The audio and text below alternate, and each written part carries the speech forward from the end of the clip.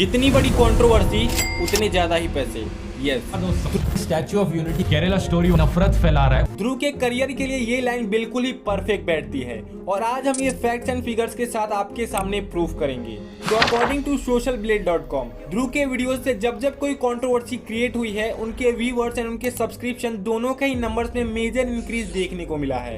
And as you know, YouTube पर आपको जितने ज्यादा व्यूज मिलते हैं उतने ही ज्यादा पैसे। लाइक अगर आप ध्रुव राठी के लिए यहाँ socialblade.com पर सर्च करोगे, देन इन 2023 फरवरी और मई के महीनों में इनकी ग्रोथ पीक पर नजर आएगी, बिकॉज इन दोनों ही महीनों में इनकी दो कंट्रोवर्शियल वीडियोस रिलीज हुई है।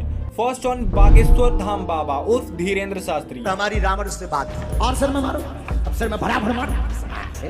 And second the most controversial video the Kerala story. इन दोनों ही वीडियोस के लिए कईयों ने इनको हिंदू धर्म के विरोध कहा, कईयों ने इनको एंटी हिंदू कहा और कईयों ने तो यहाँ तक इनको मैन्युपुलेटर भी कहा। तो इस वीडियो में हम बिना किसी बायसनेस के साथ ध्रुव राठी के कई वीडियोस के ओपिनियन एंड फैक्ट जो कि वो तोड़ मरोड़ के अपने वीडियोस में दिखाते हैं, उनके बारे में बात करेंगे कि उनमें कितनी सच्चाई है। और अगर आप उनके ब्लाइंड फॉलोअर हैं, देन आपको कई बार कैसे मैन्युपुलेट करते हैं वो भी आपको इस वीडियो में समझाऊंगा। सो अगर पूरा वीडियो देखने के बाद मुझ पर या फिर किसी फैक्ट पर आपको डाउट हो, देन आप कमेंट सेक्शन में मेरे साथ उलझ सकते हो। नहीं तो बिना सर पैर के बात तो आपसे अच्छे हमारे तेजू भैया कर लेते हैं कि हम राजनीति से पहले मैं पायलट था।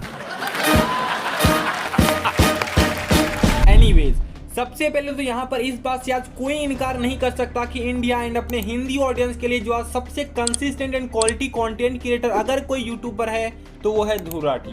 बिकॉज इतने सालों से रेगुलरली अपने कंटेंट की क्वालिटी को इम्प्रूव करने के साथ साथ अपने वीडियोस के जरिए मुश्किल से मुश्किल टॉपिक को इतने आसान लैंग्वेज में सभी तक पहुंचाना हर किसी के बस की बात नहीं होती और हर एक सोशल मीडिया का यूजर इस बात से जरूर एग्री करेगा, भले ही वो ध्रुव को पसंद करता हो या फिर नहीं। बट प्रॉब्लम मुझे और हर एक इंसान को तब हो जाती है जब वही क्रिएटर कई चीजों को लेकर लोगों को मैन्युपुलेट करना स्टार्ट कर देता हो। इसका एग्जांपल आपको आगे देता हूँ। लाइक खुद को हमेशा वीडियोस में अनबाइस्ड रख के अपनी ही ऑडियंस को एक पार्टी की अच्छे सोच को भी बुरा बताना या फिर उस अच्छी सोच को लोगों तक पहुंचने ही नहीं देना। एंड वहीं दूसरी साइड उसी ऑडियंस को एक पार्टी के हर अच्छी ओपिनियंस एजेंडा को दिखाकर उनके साथ करवाना।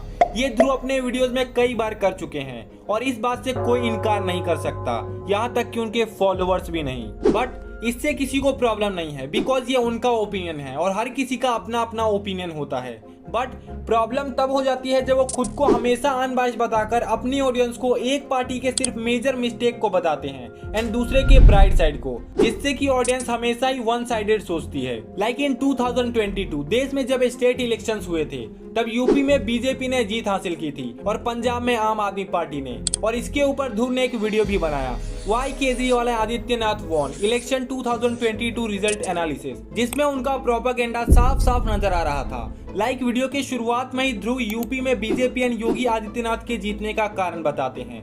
पहला कारण था रिलीजियस पोलराइजेशन, यानी कि धर्म के नाम पे राजनीति की और इलेक्शन जीता। दूसरा कारण बताते हैं कि ऑपोजिशन पार्टी कमजोर थी एंड उन्होंने ज्यादा एक्शन ही नहीं लिया इलेक्शन को जीतने के लिए, जिससे कि बीजेपी को वहां पे कांटे की टक्कर ही नहीं मिली। एंड तीसरा मेजर रीजन बताते हैं गोदी मीडिया प्रोपेगेंडा। आप खुद देख लीजिए। ज्यादातर लोग जो बीजेपी के खिलाफ हैं वो कहते हैं कि रिलीजियस पोलराइजेशन नंबर 1 रीजन था बीजेपी की जीत के पीछे, कि कैसे भारतीय जनता पार्टी के लीडर्स धर्म को लेकर राजनीति कर रहे थे। अब मेरी राय में इसमें कोई डाउट नहीं कि बीजेपी ने इन इलेक्शंस में भी हिंदू मुस्लिम की राजनीति करी, स्पेशली उत्तर प्रदेश में। दिक्कत ये थी, ऑपोजिशन के चेहरे अखिलेश यादव पिछले 5 सालों में इतने एक्टिव नहीं दिखाई दी। वो जोश में आए, जरूर आए, लेकिन इलेक्शन से सिर्फ 7-8 महीने पहले जोश में आए। उनकी रैलीज में बड़ी भीड़ भी दिखाई दी, लेकिन सिर्फ इलेक्शन से। अगला बड़ा पॉइंट यहां पर आता है गोदी मीडिया का प्रोपेगेंडा। सही सुना आपने, इसे कैसे इग्नोर किया जा सकता है। बीजेपी की हर जीत के पीछे कुछ ना कुछ क्रेडिट हमेशा गोदी मीडिया को मिलना चाहिए। इसके अलावा पूरी वीडियो में सिर्फ एक बार जहां सरकार के अच्छे कामों की बात होती है, वो भी फ्री बीज यानी कि मुफ्त के चावल दाल तेल के लिए, कि सरकार ने फ्री में राशन बांटे जिसके कारण उनको वोट मिले। ये जो रीजन है यहाँ पर, ये एक बहुत इंपॉर्टेंट रीजन बताया जाता है बीजेपी की जीत के पीछे उत्तर प्रदेश में, ये जो वेलफेयर स्कीम्स और फ्रीबीज बीजेपी ने दी थी। वहीं अब अगर इनके वीडियो के सेकंड पार्ट की बात करें तो ध्रुव ने पंजाब में आम आदमी पार्टी के जीतने का कारण बताया है। पहला कारण है रिलीजियस पोलराइजेशन। ना पंजाब में धर्म के नाम पर तो आम आदमी पार्टी ने कोई वोट ही नहीं लिया है। सुन लीजिए इनसे, सिर्फ अरविंद केजरीवाल अपने काम के नाम पर पॉलिटिक्स करते हैं और वहीं से उन्होंने पूरे वोट बटोरे हैं। क्या रीजन है आम आदमी पार्टी की इतनी बड़ी जीत के पीछे? जो पॉइंट्स मैंने आपको उत्तर प्रदेश के लिए बताए थे उन्हीं पर वापस गौर कीजिए। रिलीजियस पोलराइजेशन, किसी भी तरीके की रिलीजियस पोलराइजेशन पंजाब में नहीं देखने को मिली, तो लोगों ने धर्म देखकर वोट नहीं दिया। दूसरा पॉइंट, आम आदमी पार्टी की जो इमेज है वो किसी भी कास्ट या रिलीजन से नहीं जुड़ी हुई है, बल्कि अरविंद केजरीवाल की पॉलिटिक्स काम से जुड़ी हुई है। उनके एजुकेशन, हेल्थ केयर, इलेक्ट्रिसिटी और वाटर पर इनका फोकस रहता है। यहाँ पर ध्रुव ने सिर्फ एक के काम की तारीफ करी है और इसमें कोई बुराई नहीं है, लेकिन दूसरे ने जो अच्छा काम किया है उनको अप्रिशिएट ना करके उनकी सिर्फ बुराई करना, ये तो बहुत ही गलत बात है। और यहाँ पर भी आप खुद को अनबायस्ड बता रहे हो, मतलब कुछ ज्यादा नहीं हो गया ये? मतलब कुछ भी। और ये बात तो आज सभी को पता है कि योगी के आने से उत्तर प्रदेश में गुंडा राज कितना कम हुआ है। रोज होने वाले दंगे फसाद कई हद तक कम हुए हैं एंड यूपी की ग्रोथ भी तेजी से बढ़ रही है। लेकिन इनमें से ध्रुव ने किसी भी मुद्दे पर बात नहीं की, जो कि योगी के जीतने का one of the most important reason था। इसके अलावा ध्रुव के कई ऐसे पॉलिटिकल वीडियोस आप देख लोगे जिनमें उनका वन साइडेड नैरेटिव साफ साफ दिखता है, जिसमें कि वो एक पार्टी के एकदम ब्राइट साइड की बात करते हैं तो वहीं दूसरे पार्टी की एकदम डार्क साइड की। और अब आप कहेंगे ये तो ध्रुव का पर्सनल ओपिनियन है, इससे बाकियों को क्या फर्क पड़ता है? तो फर्क पड़ता है। ध्रुव अपने कई वीडियोस में राइट विंग या फिर बीजेपी सपोर्टर को लेकर अक्सर अंधभक्त, ज़ॉम्बीज या फिर गोदी मीडिया सपोर्टर इन वर्ड्स का यूज करते हुए दिखते हैं और इनकी ऑडियंस इन्हीं वर्ड्स का यूज करके लोगों को हेट भी पहुंचाती है। आपको यूट्यूब पर ध्रुव राठी के अपोजिट कई वीडियोस मिल जाएंगे जिनके कमेंट सेक्शन इन्हीं हेट से भरे हुए हैं और आप उन वीडियोस के कमेंट सेक्शन देख सकते हो, आपको अंदाजा लग जाएगा। अब अगर वापस आए इनके इस कंट्रोवर्शियल कंटेंट पर, तो इसका एक और मेजर रीजन क्रिएट होता है दी प्रोपेगेंडा एंड ट्रूथ, यानी कि क्या इनके वीडियोस का सारा कंटेंट सही है या फिर इनके वीडियोस में कुछ ऐसा कंटेंट होता ही है जिससे कि प्रोपेगेंडा क्रिएट हो। और यहीं पर कई लोग ध्रुव के वीडियोस को देखते भी हैं।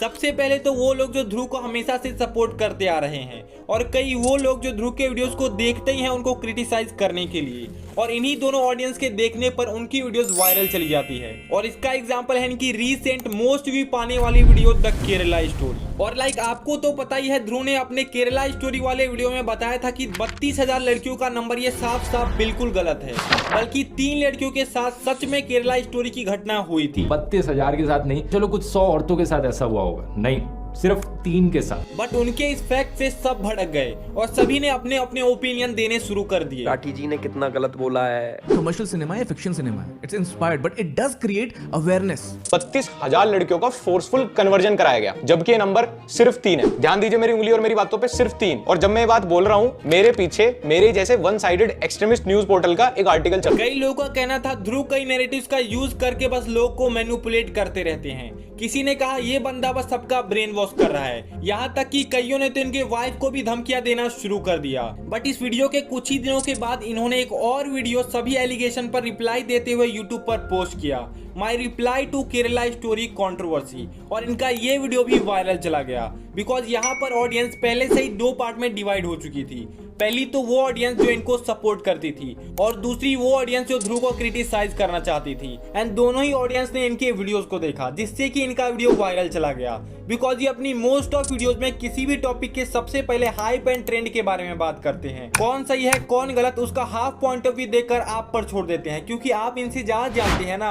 एंड इसी के कारण इनकी मोस्ट ऑफ वीडियोस में कंट्रोवर्सी भी क्रिएट होती है। एंड कंट्रोवर्सी क्रिएट हुई यानी कि ज्यादा व्यूज, एंड ज्यादा व्यूज यानी कि स्पॉन्सरशिप से जो पैसे मिलते थे उसके रेट डबल, यानी कि पैसा ही पैसा हो। अब अगर एक कंट्रोवर्सी क्रिएट हुई यानी कि ऑडियंस के मन में क्यूरियोसिटी क्रिएट होती है कि क्या नेक्स्ट वीडियो में ऐसी कुछ कंट्रोवर्सी क्रिएट होने वाली है, और यही साइकिल चलता जाएगा। गौर कीजिएगा, like India versus Bharat controversy, Quran Bible की मिस्टेक्स की कंट्रोवर्सी। ऑडियंस मजबूर हो जाती है इन सारी चीजों से इनकी वीडियोस को देखने के लिए, और इसके कारण पॉजिटिव एंड नेगेटिव कमेंट्स की बाढ़ आनी शुरू। एंड आई नो यहाँ पर भी कुछ ऐसा ही होने वाला है। देखो, इस वीडियो का मेन पर्पस किसी को भी लेकर हेट स्प्रेड करना बिल्कुल भी नहीं था, बट मैं उन लोगों को जरूर कहना चाहता हूं कि आपका फेवरेट इन्फ्लुएंसर हमेशा ही सही हो जरूरी नहीं। सो ब्लाइंडली किसी को भी सपोर्ट करना ये बिल्कुल भी सही नहीं है।